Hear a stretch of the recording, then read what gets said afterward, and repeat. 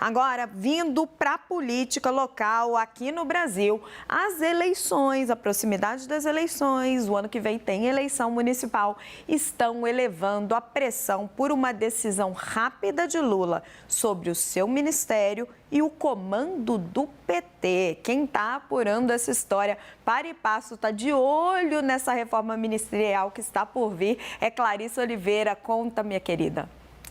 Olha, Raquel, estava conversando hoje com vários líderes do PT e é praticamente unânime ali dentro do partido a avaliação de que, se for para o presidente Lula fazer uma reforma ministerial que atinja o comando partidário, é bom ele fazer isso o quanto antes. Pelo seguinte, como a gente pontuou aqui, a gente chegou a trazer essa informação já faz algum tempo, Raquel, Lula está cogitando fazer essas mudanças só em janeiro.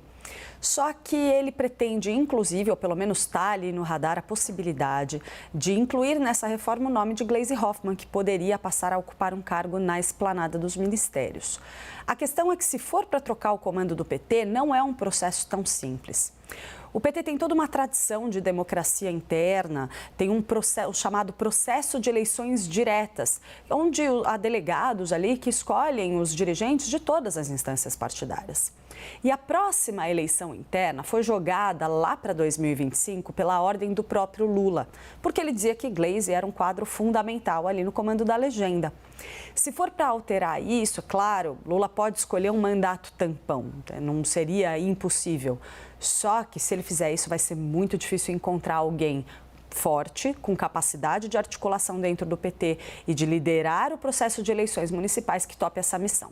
Já tem alguns nomes ali nos bastidores sendo cotados para essa vaga. Um dos mais citados, com todas as pessoas com as quais eu falei, é Dinho Silva, prefeito de Araraquara, um dos nomes mais próximos do presidente Lula dentro do PT.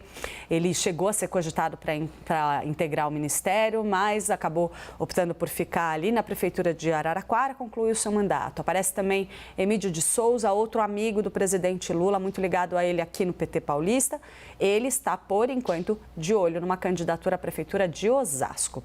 Tem gente também falando em nomes como Márcio Macedo, ministro da Secretaria-Geral da Presidência, um dos possíveis alvos dessa reforma ministerial. Tem alguns outros também citados com um pouco menos de visibilidade. Mas, Raquel, uma coisa é muito certa: se Lula demorar demais, pode sim atrapalhar o fluxo ali e dificultar a capacidade do partido de articular a sua atuação nas campanhas municipais, e o PT está muito preocupado com essa eleição. Uma das fontes com as quais eu conversei disse: olha, o nosso cenário já não é fácil para a campanha municipal. Se Lula deixar isso lá para janeiro, a gente não vai conseguir fazer isso da forma correta e vai sim atrapalhar a campanha do PT para essas sucessões, principalmente aquelas em capitais mais importantes, Raquel. Mas, parceiro, jogo rápido, porque o tempo está curtinho. É o Lula que decide, não é? E ele decide quando ele quer. Foi ele que decidiu a extensão do mandato de Gleisi, que também iria contra as regras costumeiras do PT.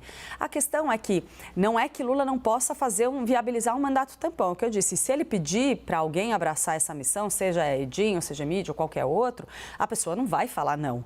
A questão é, ela consegue ter força para se impor internamente? Isso faz diferença se ela não tiver um mandato longo, pode se desgastar e acabar prejudicando aí a articulação para o processo eleitoral.